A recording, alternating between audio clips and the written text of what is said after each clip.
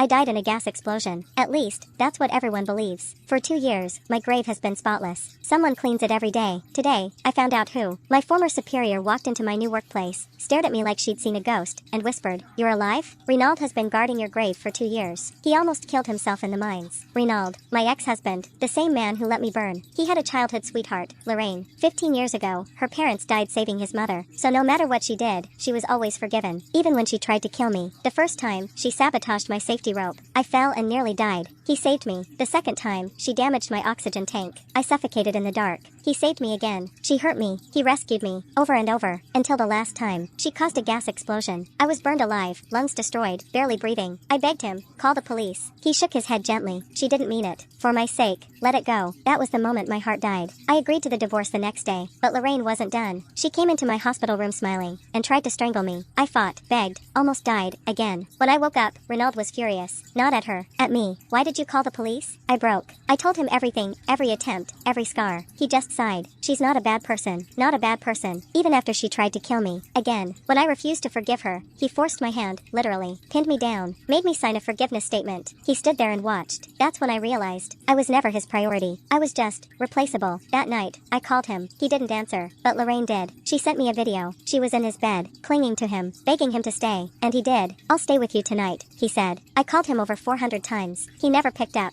The next morning, he texted, "I had an emergency." That's when I stopped loving him. On my birthday, he threw me a party, a necklace, a crowd, a perfect husband. Then Lorraine dragged me into a room and tried to have me violated. 2 men held me down. She wanted to ruin me completely. And just when I thought it was over, he came. He saved me again. Always the hero. He held me, comforted me, then turned to Lorraine and finally snapped. "I won't let this go." For a second, I thought, maybe this time he chose me. Then Lorraine laughed and jumped out the window. He dropped me and ran to her. Didn't even look back. Later that night, he came back. "Your blood matches hers. She'll die without it." I said no. He dragged me anyway, pinned me to the table, took my blood to save the woman who tried to destroy me. "I'll make it up to you," he said. I laughed until I cried. When I woke up, Lorraine visited me. "Thanks for saving me," she smirked. "Blood bag." Then she framed me, said I poisoned her, and he believed her. Again. Then came the final betrayal. "Give me 3 days," Lorraine said. He agreed. He handed me over to her. For 3 days. 3 days of torture, pain, humiliation. I barely survived. When I woke up again, I saw a message. "The divorce is ready." I smiled, because this time, I was done. I called his mother. "Help me fake my death." Because I knew one thing for sure. If I just disappeared, he'd find me. But if I died, I'd finally be free. 2 years later, he's still guarding my grave. Still mourning. Still broken. Funny, isn't it?